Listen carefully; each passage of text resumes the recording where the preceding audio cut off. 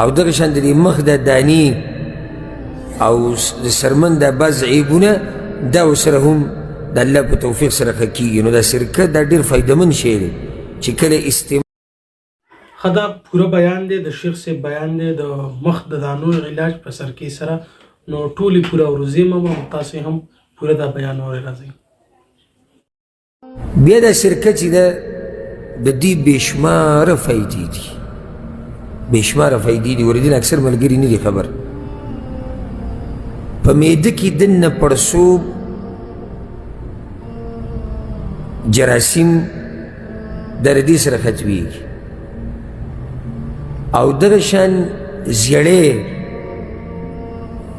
زیړی کې دا ډېره فایده ورکوي د الله په توفیق سره. او دغه شان وینه ورسره صفا کېږي او جگر او وینه د هغې د صفایي دپاره هم ډېر ښه. او معده ورسره یو قسمه ټکور کېږي. او چې دا دې استعمالوله دا سرکه نو ډېر به تږی کېږي نه، او ډوډۍ ورسره ازمیږي. او که سخت څه دي خوړلي که نه نو هغه ورسره نرمیږي او خېټه به دې ورسره بیا نرمه سخته به نه وي. او چې د چا په غاښونو باندې دړې او دا خوله پې کنګال کړي که نه نو دا غاښونه ورسره صفا کېږي. او دغه شان د مخ د دانې او د سرمن د بعض عیبونه دا ورسره هم د الله په توفیق سره ښه کېږي. نو دا سرکه دا ډېر فایدهمند شی دی چې کله استعمال شي په صحیح طریقې سره او په حدودو کې دننه، نو الله سبحانه وتعالی پکې د ډېرو بیماریانو دپاره شفا هم اچولې ده. د پیغمبر صلی الله علیه وسلم په خوراک کې کدو هم ډېر خوښ،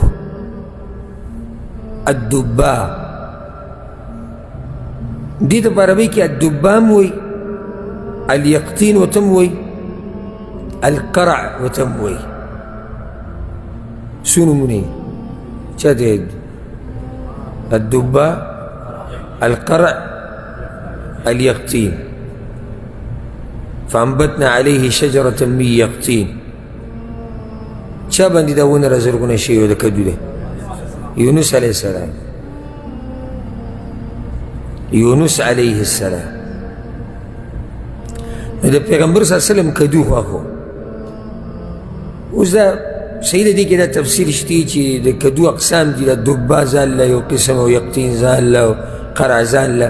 یو هغه شین کدو اوږد راځي، یو هغه ګول دایرې کې شکل کې شین راځي، یو پکې زیړ راځي، او داسې رنګونه پکې دي. خو عامه خبره چې د پیغمبر صلی الله علیه وسلم کدو هغه خوښ.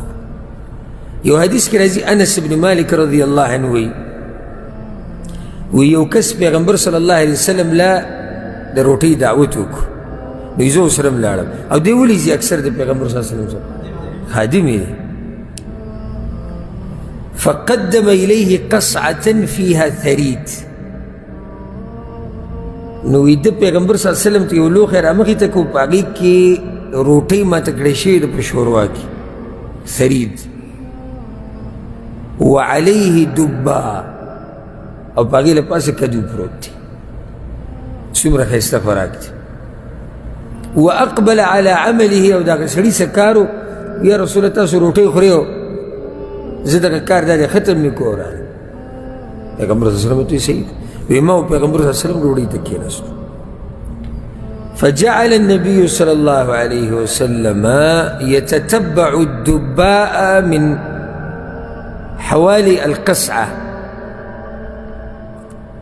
نو پیغمبر صلی الله علیه وسلم د دې لوښي د غاړې نه د کدو دا ټنګړې دا راوچتولې. دا څومره ټنګړې چې د کدو دا وي، یعنې دې طرفه دې طرفه داسې د غاړو نه دې پسې ګرځېدو رااګستې وخوړې.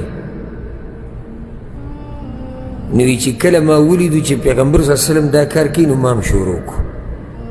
خو د هغه شان خلک نه دي. نو ما شروع کړو، نو ما به هم پکې دا کدو کتو په دې شوروا کې، او پیغمبر صلی الله علیه وسلم مخې ته مې اخوتو. دګې دا خوښ وی فلم ازل احب الدباء من یومئذ. او دا هغه ورځ نه دا کدو زما دومره خوښ دی. انس بن مالک بلکې یو روایت کې راځي، انس بن مالک وایي وی د هغه ورځې نه بعد چې زما دپاره خوراک تیار شوی دی نو کدو پکې لازم وي چې طاقت مې وي نو وی کدو پکې لازم وي دا کدو دا خوراک برکتی خوراک دی الله پکې برکت اچولی او اوس یعنې ډاکټران علما چې کوم طب په دې باب کې علما دي هغوی هم دا خبره ذکر کوي او په دې باندې تاسو په نیټ کې سرچ وکئ تر دې چې دا غیر مسلمه ډاکټران هغه هم د دې ډېرې فواید بیانوي دا کدو نه دی دې کې یو دا فایده ده او دا ما تجربه کړې ده یو خبره ته تجربې بیان کړم دا د سړي دماغ تیزوي یعنی دماغ ورسره د الله په توفیق سره تیزیږي ذاکره نه ذاکره یو خبره به د نبی زر نه هېرېږي او دغه شان په دې کې بې شماره ویټامینات پکې دننه پراته دي ځکه زه تاسو ته په انټرنیټ کې به سرچ وکړئ د فایدې لپاره اوس موږ دغه موضوع تفصیلا نه ځو سرچ پکې وکړئ چې دې کې څه شی دي تاسو ته پته ولګي نو ډېر طاقتور شی دی دې کې پروتینات او ویټامینات ډاکټران وایي دا پکې دننه شته بله پکې اهمه فایده دا چې په هضمه کې ډېر اسان یعنې بوج کېږي نه په معده باندې او دغه شان هغه غوړوالی چې کوم بدن غواړي او فایدهمند هغه پکې شتي دننه او بله فایده یې دا ده چې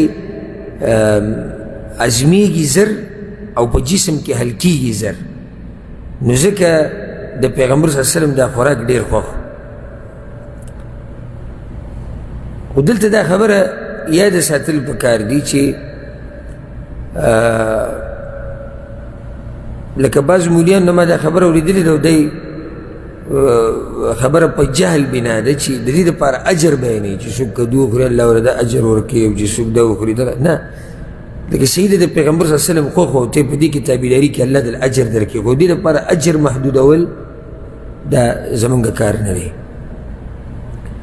او بله لازم هم نه چې سړی کدو وخوري ما تاسو ته دا وایي چې د انسانانو طبیعت ټول یو شان نه پیغمبر صلی الله علیه وسلم امت ته دا نه دي ویلي چې تاسو کدو خورئ که پیغمبر امر کړی وی او لازم کړی وی نو که بیا دې خوښ یې او که نه یې خوښ بیا به خورئ خبره صرف دومره دی چې د پیغمبر صلی الله علیه وسلم خوښ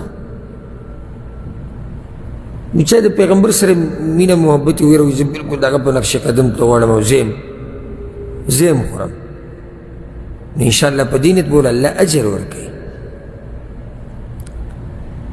خو دې کې یو مسله پته نشته تاسو به ورته ذهن تلی او که نه به پیغمبر صلی الله علیه وسلم په حدیث کې دا راځي چې خوراک به د کوم ځای نه کې پلې مخې او په دې کې خوراک د کوم ځای نه وکړو ګیر چاپېره د لوښي ګیر چاپېره دی غاړو نه خوراک وکړو نو د دې به څه جواب ورکوئ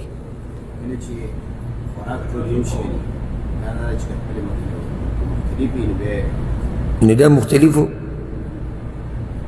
جواب خو ستا صحیح دی دا خبره خو ستا بلکل صحیح ده چې خوراک یو قسم وي بیا خو به د خپل مخې نه خوري که قسمه لکه فروټ دي مڼه پکې پرته ده کیله ده او انار دی یو شی بل شی راغلی دی یو ځای نه بل ځای نه به خو صحیح دی